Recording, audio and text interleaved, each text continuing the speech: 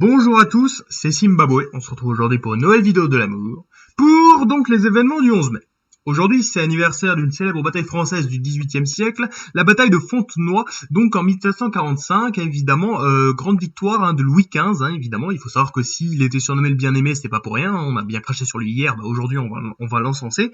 Donc en fait, cette bataille se déroule dans le cadre de la guerre de succession d'Autriche, et elle oppose donc les Français aux provinces unies, plus la Grande-Bretagne. Et il faut savoir que cette bataille est très connue, parce que notamment Louis XV a participé à cette bataille, c'est-à-dire que il est en train d'ordonner les troupes, et c'est lui en fait qui a donné du moral aux troupes, voilà. Et aussi il était accompagné de son fils, le dauphin, qui devait avoir 15-16 ans, et ça a été en fait une très célèbre bataille, notamment pour en fait la courtoisie qui s'est passée, c'est-à-dire que les Britanniques sont arrivés et ont dit messieurs des gardes françaises, tirez, et les Français ont répondu messieurs les Anglais, tirez les premiers. C'est les Anglais qui ont tiré en premier, donc voilà, ça illustre bien la courtoisie qui existait à l'époque dans les règles de la guerre, on fait la guerre mais on la fait pas comme des sagouins. Et il faut savoir que voilà, ça a été une très grande bataille, et qu'aussi en fait juste à la fin de la bataille, le roi de France a dit le sang de nos ennemis est toujours le sang des hommes, la vraie gloire c'est de l'épargner. Et grâce à ça, Louis XV a eu une célèbre réputation dans toute l'Europe de roi humaniste, évidemment très sympa, et la France a pu gagner plein de territoires, qui ont été perdus par la suite, à retenir.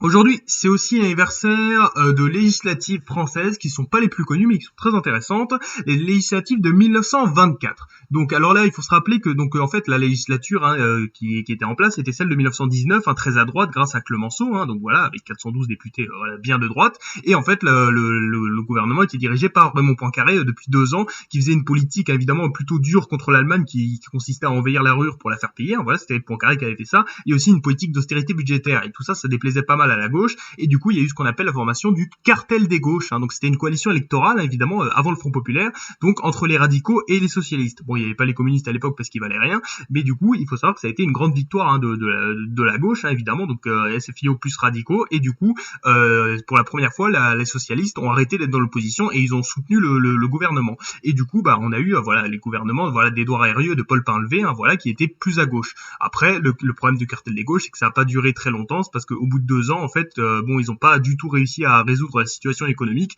et c'était tellement nul, la crise était tellement forte qu'ils ont été obligés de ramener Poincaré au pouvoir, qui au final est resté c'est-à-dire il est juste resté 2 ans dans l'opposition, il est très vite revenu pendant 3 ans, donc c'est plutôt coup dur tout ça, mais en tout cas voilà, c'était la première victoire évidemment pour les socialistes à retenir.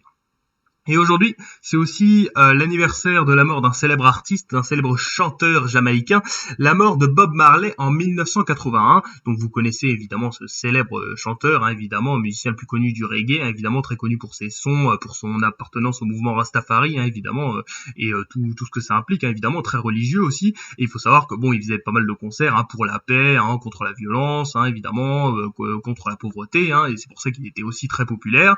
Et là, on est en 1980. Et en fait il apprend qu'il a un cancer généralisé, et après une longue agonie de plusieurs mois, il finit par mourir. Et il faut savoir qu'il a laissé évidemment un énorme héritage, notamment déjà au niveau musical, il en a donné un héritage, évidemment, et puis aussi évidemment c'est considéré comme une icône, évidemment, comme Che Guevara, Martin Luther King ou Marilyn Monroe, c'est ce qu'on dit. Et aussi évidemment, même au niveau de son message social et religieux, il est encore extrêmement connu, évidemment, et notamment pour le mouvement Rastafari, évidemment, et le panafricanisme aussi que Bob Marley défendait.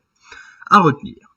Voilà donc les 3 événements du jour. On a donc la bataille de Fontenoy en 1745, les élections législatives françaises de 1924 et la mort de Bob Marley en 1981. C'était Zimbabwe. Merci d'avoir regardé. Peace.